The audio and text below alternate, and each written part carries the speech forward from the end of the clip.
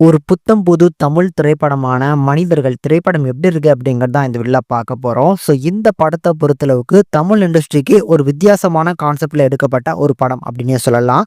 அப்படி என்ன புதுசா வித்தியாசமான ஒரு படம் அப்படின்னு கேட்டீங்கன்னா, ஸோ இந்த ஒட்டுமொத்த படமும் வந்து பார்த்தீங்கன்னா, ஒரு இரவுல நடக்கக்கூடிய ஒரு கதை மாரி தான் எடுத்திருக்கிறாங்க.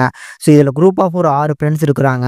இந்த 6 நண்பர்களும் நடு காட்டுல பயங்கரமா குடிச்சுக்கிட்டு, அந்த போதையிலேருந்து வந்து பார்த்தீங்கன்னா தெளிஞ்சு எந்திக்கிறாங்க. இதுல 5 பேர் எந்திரிச்சுட்டாங்க. ஒருத்தர் மட்டும் வந்து பார்த்தீங்கன்னா பாட்டிலால குத்தப்பட்டு இறந்து போயிருக்காரு அப்படிங்கிறது இவங்களுக்கு தெரிய வருது.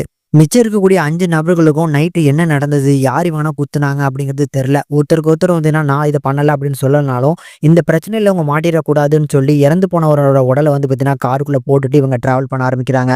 ஸோ இந்த டிராவல்ல வரக்கூடிய அந்த வாக்குவாதங்கள் என்ன? அந்த நைட்டு யார் அவங்கள கொலை பண்ணாங்க? இவங்க எல்லாருமே தப்பிச்சாங்களா? அதாவது போலீஸ் கிட்ட மாட்டாம இந்த மாரி வந்து பார்த்தீங்கன்னா கேஸ் ஆகாம தப்பிச்சாங்களா? அப்படிங்கிறது தான் படத்தோட மொத்த கதையுமே. இந்த படம் எனக்கு ரொம்ப புடிச்சிருந்தது. அதுல இந்த 5 கதாபாத்திரங்கள இவங்க டிசைன் பண்ணது சூப்பரா பண்ணியிருக்காரு படத்தோட டைரக்டர். ஸோ ஒவ்வொருத்தவங்களும் பேசக்கூடிய ஸ்லாங்ல இருந்து அந்த கேரக்டருக்கு ஏத்த மாரியான ஒரு சூப்பரான பெர்ஃபார்மன்ஸ குடுத்திருந்தாங்க.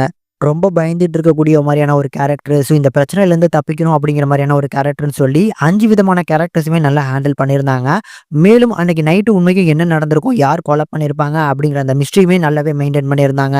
படத்தோட முக்காவாசி போர்ஷன் வந்து பார்த்தீங்கன்னா நைட்ல தான் நடக்குது. ஸோ அந்த நைட் விஷுவல்ஸ் எல்லாமே நல்லா இருக்கு. சினிமாட்டோகிராஃபி நல்லா பண்ணியிருக்காங்க. பேக்ரவுண்ட் ஸ்கோர் கூட அருமையா இருந்துச்சு. அதனால ஒரு நல்ல எக்ஸ்பெரிமெண்டல் படம். கண்டிப்பா மிஸ் பண்ணாம பாருங்க.